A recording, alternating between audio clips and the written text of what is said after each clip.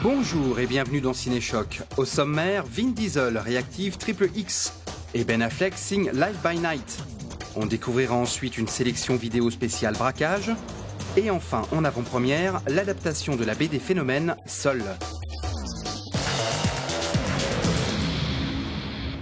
Tel Hibernatus ou Austin Power, l'agent secret à la moumoute, Xander Cage, est réactivé 16 ans après sa dernière mission. Bon, il n'était pas vraiment congelé, mais avait pris une retraite discrète à la Rambo. C'était sans compter la soif incontrôlable de Vin Diesel d'aligner les franchises à succès, en plus de celles de Fast and Furious. On a besoin de quelqu'un capable de bouger comme eux. De se battre comme eux. Agissez en patriote. Il n'y a plus de patriotes. L'agent Triple X revient donc et devra dérober à une organisation maléfique une arme de destruction massive. Sur ce pitch vieux comme le monde, le film de David Caruso, comme le premier épisode d'ailleurs, est un James Bond version loulou, sorte de croisement entre un clip de rap de meilleur goût et un film d'action bling bling. Un vrai plaisir coupable en d'autres termes. Je veux du lourd, de l'extrême et du complètement taré. Fonds devant.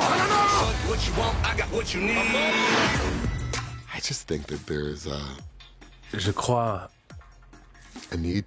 qu'il était nécessaire de revisiter cet archétype de héros. Quand le premier Triple X est sorti, les gens l'ont appelé le bourreau de James Bond. Parce qu'il avait dégommé James Bond. Il a battu le James Bond de cette année-là au box-office, ce à quoi personne ne s'attendait. Les films d'espions, d'agents secrets, ce n'est pas ce qui manque. Il y a beaucoup de variations sur ce thème. J'ai l'impression que le succès de Triple X reflétait le désir de voir le cinéma revenir à un héros dans son genre. Un agent secret très particulier et tout à fait unique.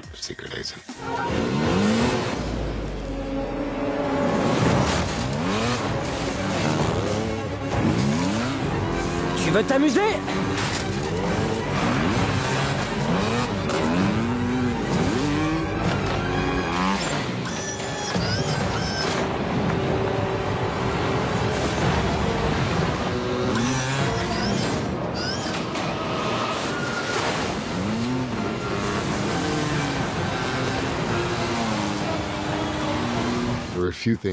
Plusieurs choses importantes m'ont poussé à revenir dans la franchise des Triple X. Comme vous le savez, je traversais une période difficile à cause de ce qui s'était passé sur Fast and Furious 7 et de tout ce qui s'en est suivi. J'avais besoin de jouer un personnage très heureux. Un personnage capable de sourire, capable de rire, capable de raconter des blagues, qui fait des choses purement par plaisir, pour le frisson. Je sais pas ce que tu cherches, mais je sais comment te calmer. Alors j'aurai pas droit au petit-déj au lit. Nous, on est prêts à mourir pour que le monde soit plus sûr. Est-ce que t'es prêt, toi? Je vis pour ça. On dirait que maintenant on est dans la même équipe. On va s'éclater. Je prends en bas. Je prends.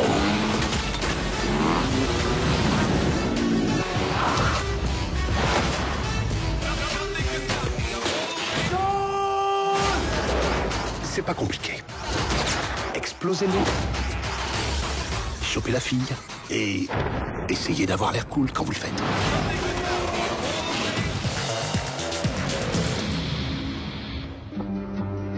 Fini le temps où Ben Affleck était un has-been. Depuis The Town, son premier film en tant que réalisateur, et surtout Argo, pour lequel il a reçu l'Oscar, la star est devenue un metteur en scène respecté. La preuve avec Live by Night, film de gangster classieux écrit par Dennis Lehane, l'un des auteurs les plus en vue d'Hollywood. On est employé, banquier, officier de police et on a même un juge. Si vous êtes assez stupide pour vous attaquer à nous, je ferai s'abattre le feu de l'enfer sur vous et tous ceux que vous aimez. Dans Live by Night, Ben Affleck incarne Joe Coughlin, fils de policier, qui va dans les années 20 devenir l'un des plus gros gangsters de Boston. Joe Coughlin était parti à la guerre en croyant servir une noble cause. À son retour, il a perdu ses illusions, il ne croit plus en rien. Alors il décide de ne plus jamais accepter d'ordre de qui que ce soit et de devenir un hors-la-loi. Il adopte le style de vie qui va avec et se met à vivre la nuit. Au fil du temps, il se lie avec la fiancée d'un gangster et ensemble, ils décident de s'attaquer à ce dernier et mettent en place une arnaque. Mais le gangster découvre le poteau rose et la vie de Joe va changer. Tant dans le livre que dans le film, il se revendique au départ comme un hors-la-loi. Il n'est pas un gangster. Et c'est normal pour un jeune homme. À ce stade de la vie, on veut exister en tant qu'individu, on refuse d'avoir des comptes à rendre à une organisation. Mais ça ne dure qu'un temps. En général, à la trentaine, on s'est laissé rattraper par le système. C'est la différence entre un hors-la-loi et un gangster. Un hors-la-loi est quelqu'un qui vole pour lui-même. Un gangster, lui, vole pour une organisation. C'est parti.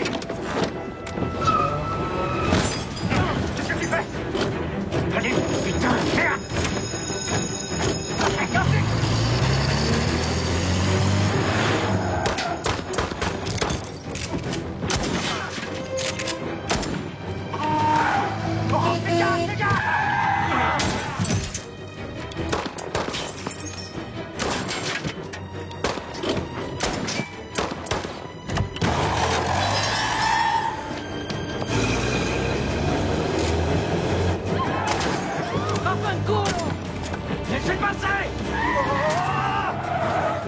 Vivre la nuit, c'est vivre en suivant ses propres règles de conduite, avec une morale à soi, sans se conformer aux règles de ceux qui vivent le jour, à leurs lois. Ce que Dennis Lehane montre, c'est que cela a un prix. C'est de ça que parle le film. On fait ce qu'on veut. On va là où on veut. Donne-nous le fric! Je veux pas être un gangster. Je baisse plus les pieds de personne depuis longtemps. À l'époque, je regardais beaucoup de films de gangsters des années 30 et 40. Je m'intéressais au genre. Or, au même moment, la boîte de production de Leonardo DiCaprio m'a envoyé ce livre pour que j'y jette un œil. J'ai trouvé que ça cadrait parfaitement avec ce que j'appréciais et ce que j'admirais dans ces films. J'ai eu envie d'en faire une espèce de lettre d'amour aux classiques des années 30 et 40, tout en gardant un langage contemporain et moderne.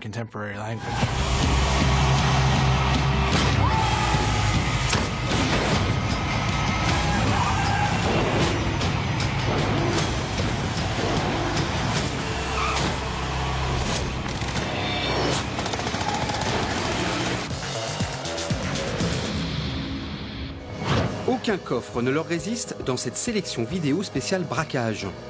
Insiders est un film inédit en salle qui nous vient d'Espagne. 5 braqueurs prennent en otage les clients et le personnel d'une grande banque internationale. Mais au fur et à mesure, les gangsters vont s'apercevoir que ce sont peut-être eux qui sont manipulés. À terre! Tout le monde à terre, j'ai dit! Allez, allez, on se dépêche! Tout le monde à terre! Ça! On se dépêche! Allez, tout le monde à terre! Calmez-vous! Lâchez vos armes! Lâchez vos armes! Je vous dis allez! Non, laisse-le. Alors tu vas me tirer dessus? Fais-le. Lâche-la. Vas-y, mon lapin, regarde le petit cadeau que je t'ai apporté. Tu vas nous faire sauter la cervelle si tu tires. Et ce sera pas joli, t'entends? Lâche ton arme. Allez, lâche ça. Lâche ça, en vaut pas la peine. Bien, bien. Je vois qu'on commence à être copains, pas vrai? S'il y en a un autre qui veut jouer les super-héros comme notre ami le garde, qu'il n'hésite pas à se lancer, on a de quoi faire.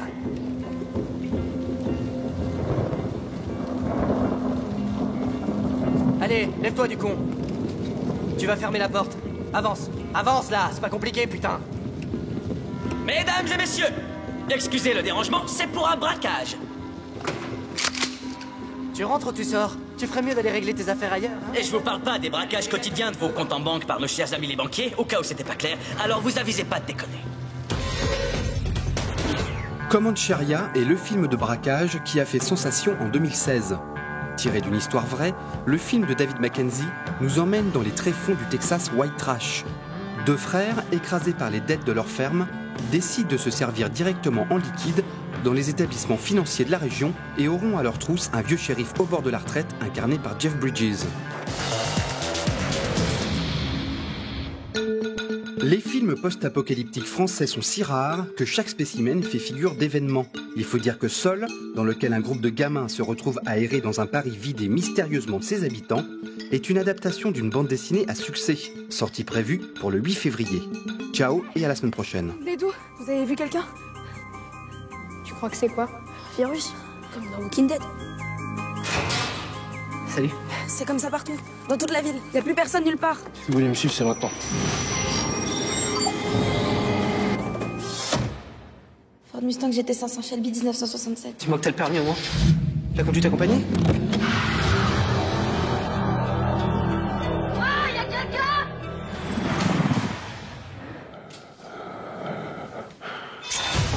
C'était quoi, putain? Je sais pas, mais ce qui est sûr, c'est qu'on n'est pas seul. Allez, allez!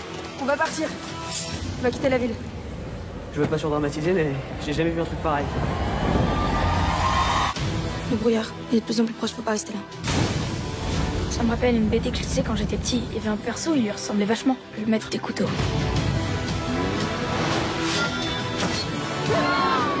Si on n'est pas ensemble, on n'y arrivera pas.